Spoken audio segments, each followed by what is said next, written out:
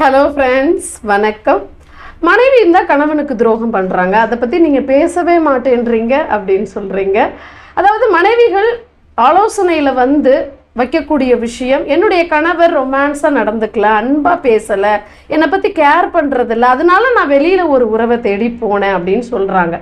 ஆனாலும் அந்த வெளியில் ஒரு உறவை தேடி போய் அங்கேயுமே ஏமாற்றம் தான் எனக்கு. அதாவது என்னுடைய பணத்துக்காகவும் என்னுடைய பொருள்களுக்காகவும் நான் என்ன அவங்களுக்கு தேவைகள் நிறைவேற்றி கொடுக்குறேனோ அதுக்காக என்னை பயன்படுத்துகிறாங்கன்னு ஒரு கட்டத்தில் புரிஞ்சதுக்கப்புறம் அதை விட்டு நான் வெளியில் வந்துட்டேன் மேடம். குடும்பமும் கணவரும் தான் நிரந்தரம் வாழ்க்கையில் அப்படின்றதையும் நான் புரிஞ்சுக்கிட்டேன் அப்படின்னு சொல்கிறாங்க.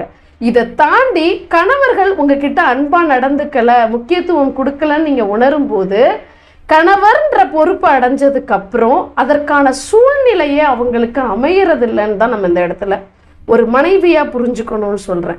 உங்களுக்கு அது மாதிரி இருக்கும் பொழுது கணவர்கிட்ட உட்காந்து பேசலாம், கணவரும் மனைவிக்கான நேரத்தை கொடுக்கலாம். ஸோ ஃபினான்ஷியல் பொறுப்புகள் கணவர்களுக்கு அதிகமாக ஆகும் பொழுது மனைவியையும் குழந்தையும் கண்டுக்க முடியாத ஒரு சூழ்நிலை அமையுது.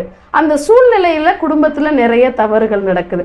அப்போ வெளியில இது மாதிரியான தவறுகள் நடக்காத வண்ணம் கணவனும் மனைவியும் உனக்கு என்ன பிடிக்கும், எனக்கு என்ன பிடிக்கும் அப்படின்னு புரிஞ்சுக்கிட்டு பேசி அந்த விஷயங்களை சரி பண்ணிக்கும் பொழுது கண்டிப்பா ஒரு குடும்பத்தை நல்ல விதமா கொண்டு போக முடியும்னு இந்த இடத்துல சொல்றேன். நன்றி.